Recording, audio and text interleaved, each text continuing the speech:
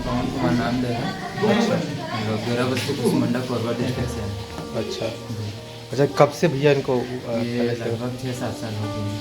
अच्छा भैया, जब पहला अटेंड हुआ था तो कैसे मालूम चला था आपको, जब पहली बार हुआ था आप लोग को? पहला दिन हुआ था तो इनका एक साइड का सुन हो गया था, हाथ पर काम ही नहीं कर रहा था।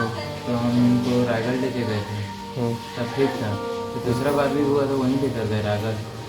तो तीसरा बार में फिर इधर उधर का उधर करवाए, जो रहता है ना, क्या बोलते हैं उसको, होम्योपैथी। होम्योपैथिक।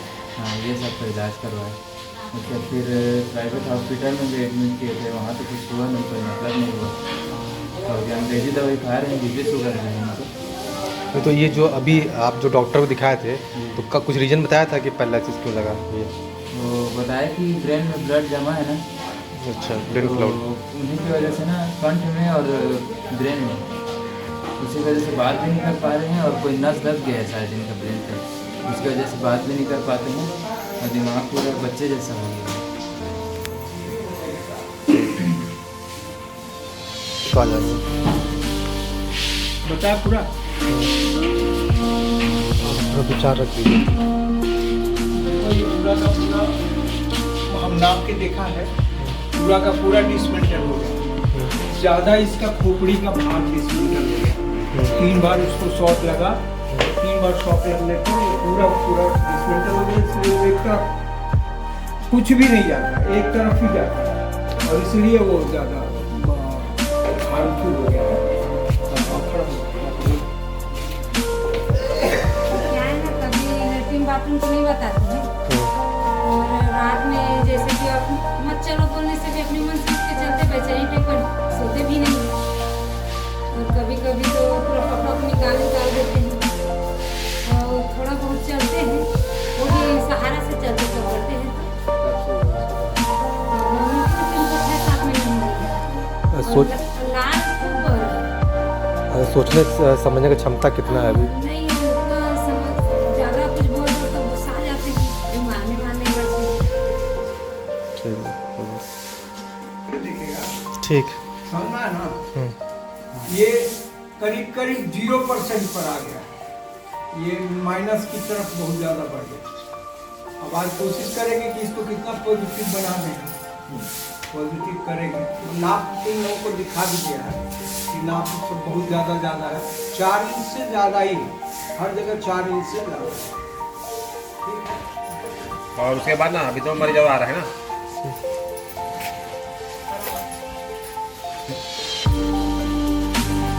बराबर पैर रखो पहले।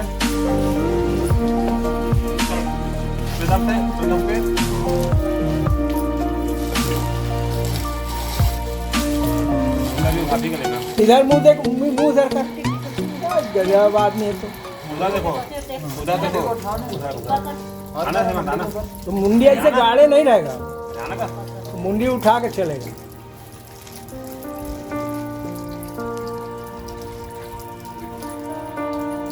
मतलब उस अब समय इनसे इनकी एमएम साहब से पूछ। इधर आवाज इधर आवाज एक मिनट बता सकते ये इलाज के बाद कोई परिवर्तन दिखाई दे रहा है अभी? हाँ, परिवर्तन आया है, पहले से ठीक है, अपने से उठ जा रहे हैं, चल फिर रहे हैं, उठने से बता रहे हैं, अच्छा लग रहा है पहले। ठीक। पहले से सुधार आया है, ठीक लग रहे हैं। कहते हैं आप ये तस्वीर में देख सकते हैं, अगर परिवार साथ में हो ना तो मरीज बहुत आसानी से ठीक होता है। परिवार का साथ होना दवा से बढ़कर है, क्योंकि आपको मेंटली फिजिकली हर जगह से ताकत मिलती है।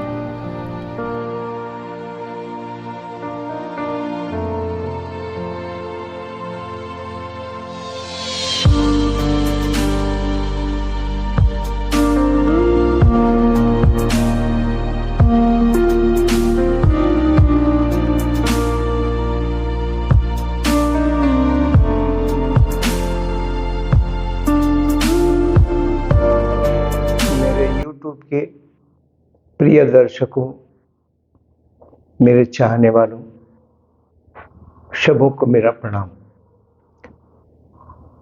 मैं कुछ दिन के अंतराल में, कुछ समय के अंतराल में आपको कोई वीडियो नहीं दिया, इसके लिए मैं क्षमा प्रार्थी हूँ। मेरा विचार है कि एके साधे सब सधे, सब साधे सब जाए, तो हम सब साधे सब जाए में से नहीं। प्रयास करता हूं कि एके साधे सब सधे, जो आपको हम दें वह सार्थक भाव मेरा हो। रहन सहन की बात है, एक पैरालिसिस के रोगी को नेगेटिव वे में नहीं रहना चाहिए।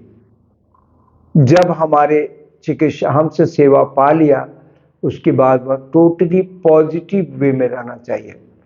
पॉजिटिव वे का मतलब वह सकारात्मक ऊर्जा में रहना चाहिए, नकारात्मक ऊर्जा में नहीं रहना चाहिए। ये मैं हर रोगियों से बोलता हूं। और दूसरा स्टेप है, प्रयासरत रहना चाहिए, प्रयासहीन नहीं होना चाहिए। जिसके अंदर आशा खत्म हो जाती है, आशाओं का संचार बंद हो जाता है, वह प्रयासरत नहीं रहता। हाँ, मैं हर व्यक्ति को, हर रोगी को यह कहता हूं कि जिसके अंदर अभी पूरा कार्य ऊर्जा जिंदा है, उसे ठीक होने में बहुत आसानी होता है। और जिसका मानसिक स्तर कार्य ऊर्जा से नकारात्मक की ओर चल जाता है, तो प्रयासरत नहीं रहता, इसलिए उसको वह सुख, वह आनंद, वह ऊर्जा नहीं मिल पाती। तो मैं हर आदमी को बोलता हूं ऊर्जान्वित रहना चाहिए। उसमें 4 विषय को मुख्य मैं लेता हूं। अभी जाड़े का समय है, टेम्परेचर डाउन हो रहा है, तो जब टेम्परेचर डाउन होने लगता है तो बॉडी सिकुड़ने लगती है, बॉडी सिकुड़ने लगती है। और सिकुड़ने लगने के बाद क्या होता है, जितने भी टॉक्सिन होते हैं जो बाहर निकलते रहते हैं अंगों से, वो निकलना बंद हो जाता है। अब जब निकलना बंद हो जाता है तो बॉडी हार्ड होने लगती है। जैसे जाड़े में घी भी अगर बहुत टेम्परेचर डाउन हो जाए तो उसमें उंगली गड़ाना मुश्किल होता है। उसी तरह बदन के अंदर किसी चीज का संचार रुक जाता है। तो मैं एक राय दिया लोगों को कि 15 दिन पर एक दिन पूरे बॉडी में स्टीम लेना चाहिए, और स्टीम को पोंछकर नेचर में अनुकूलित होने के बाद ठंडे पानी से पूरा अच्छा से नहाना चाहिए। ठंडा पानी मतलब चिल्ड ठंडा नहीं, ठंडा पानी मतलब अर्थ वार्म पानी, जो पृथ्वी से निकलता है और वो एक गर्म पानी होता है, उस गर्मी के पानी से नहाना चाहिए। अगर उतना नहीं है तो उतने वार्म के लिए आप अलग से पानी गर्म करके उसमें डाल सकते हैं। पूरा अग्नि वाला पानी से नहीं नहाना चाहिए। ये बात पहली बात बताई। दूसरी बात बताई कि टेम्परेचर बाहर का बहुत ज्यादा कम है आपके बॉडी से, तो उससे बचने के लिए कपड़ा बैड कंडक्ट है, जिससे ताप का संचार नहीं होता, तो आपका ठंडक अंदर नहीं जा पाएगा। बॉडी का टेम्परेचर जो लॉस होता है वो इस कपड़े में रह जाएगा, और रहने से आपके बॉडी को एक स्टैंडर्ड टेम्परेचर में रखेगा, इसलिए कपड़े का ज्यादा उपयोग किया जाता है। 2 बातें बताई। तीसरी बात, आहार क्रिया के बारे में बताया कि आहार को नॉन नेचुरल नहीं लेना चाहिए। जो मौसम के खिलाफ उत्पादन किया हुआ अन्न है उसे नहीं लेना चाहिए। जो मौसम के विपरीत है उसको लेना जरूरी नहीं है। मौसमी आहार को ही लेना चाहिए, क्योंकि आजकल कृत्रिम खेती है। कृत्रिम खेती में बहुत सारे हटमेंट बने हुए हैं, जिस हटमेंट में फल फूल लगा करके लोग पैदा कर लेते हैं टेम्परेचर देके। वो वाला फल नहीं लेना चाहिए, वो आपके बदन को नुकसान करेगा, क्योंकि इंटरनली टेम्परेचर कुछ और हो जाएगा और बाह्य टेम्परेचर कुछ और हो जाएगा। आहार क्रिया के बारे में 2 ही लाइन मेरा कहना है। कोई भी चीज पका और कच्चा नहीं होता। ये पक्का और कच्चा शब्द को अपने दिमाग से हटाओ। अमृत और मुर्दा 2 तरह का अन्न होता है। जो मानव के संपर्क में आ गया, उसमें टेम्परेचर बाहर से डाल दिया, वो उसको कहते हैं मुर्दान्न। और जो प्रकृति ने पका के आपको दिया, उसको बोलते हैं अमृतान्न। क्योंकि उसको मिट्टी पे ज्यों ही रखोगे, कुछ ही दिन में वह अंकुरित हो जाएगा, पेड़ पौधा बन जाएगा, उसका एक आकृति रूप हो जाएगा, जैसे सजीव लोग बढ़ता घटता है। तो वह अन्न सबसे ज्यादा फायदेमंद होता है, क्योंकि वेस्टेज जो है वह अंदर नहीं रहता है। कोई भी चीज फुला के फेंका हुआ चद्दर पर नहीं चिपकेगा, और पका के फेंका हुआ चिपक जाएगा। तो चिपकने से भीतर की विकृति पैदा होती है। इसलिए अमृतान्न लेना आवश्यक है।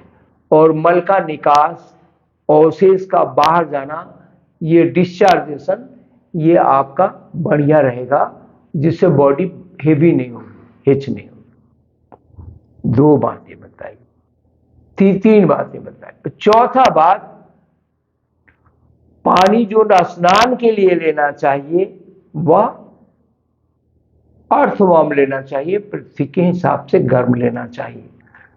पृथ्वी टेम्परेचर को बड़े अच्छे ढंग से सोखती है, इसलिए जितने जीव जंतु हैं थोड़ी सी मिट्टी हटा के उसमें बैठ लेते हैं, और बैठने के बाद उनका बॉडी टेम्पर हो जाता है।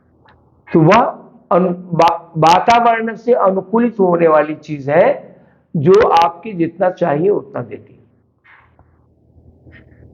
अब रहा, ये छत्तीसगढ़ का रोगी है, बहुत ही गल गया है। इसके मुंह से 24 घंटा लार चूता रहता है, गला जो है इसका टेढ़ा हो गया, बॉडी में पूरे जगह डिसमेंटल हो गया।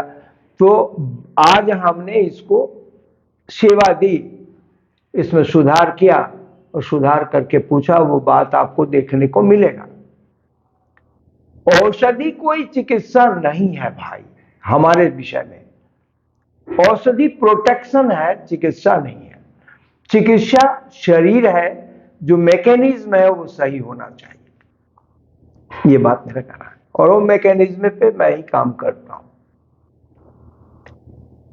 अब मैं आपसे नहीं मिला, इस समय अंतराल में मैं लखनऊ गया था कैंप में।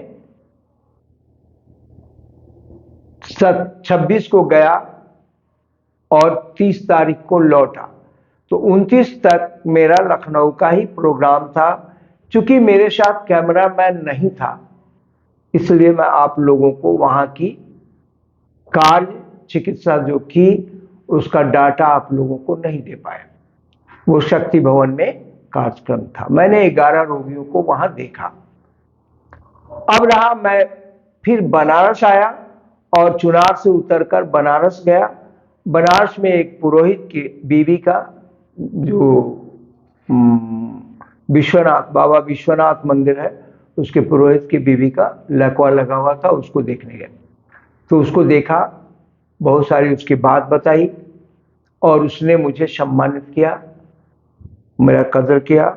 उसको मैंने एक पंडित का वीडियो भी उसमें डाला। और एक और पेशेंट था जो मुगलसराय था, तो मुगलसराय के लोगों में उनको देखा। मैं आज रात को, मैंने 30 तारीख के रात को 2 बजे घर पहुंच पाया।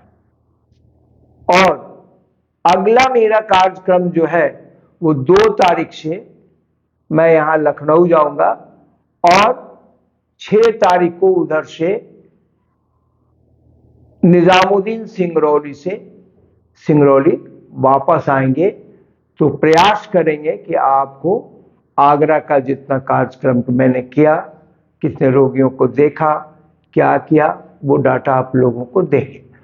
देखो भाई, मेरे साथ जुड़ जाना अर्थात सब्सक्राइब कर लेने से, मैं सब्सक्राइब करने की बात रिक्वेस्ट में नहीं कहता, करने से आपको मिलेगा।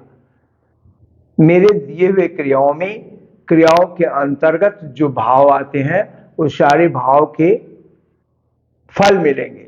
और मेरे दिए हुए लगभग 174 वीडियो हैं, उन 174 वीडियो में दिए हुए मैसेज सारे आपको प्राप्त होंगे और मैं धन्य होऊंगा। चूंकि मेरा मिशन केवल आपको स्वस्थ रखना ही है।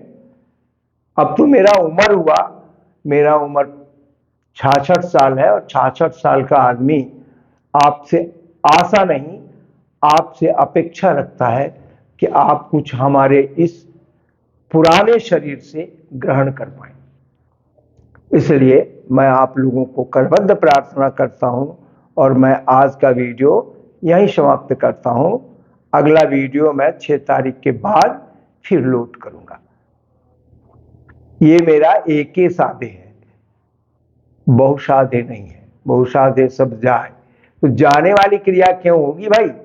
एके साधे सब सधे, सब कुछ हो जाएगा एक की साधना करने से।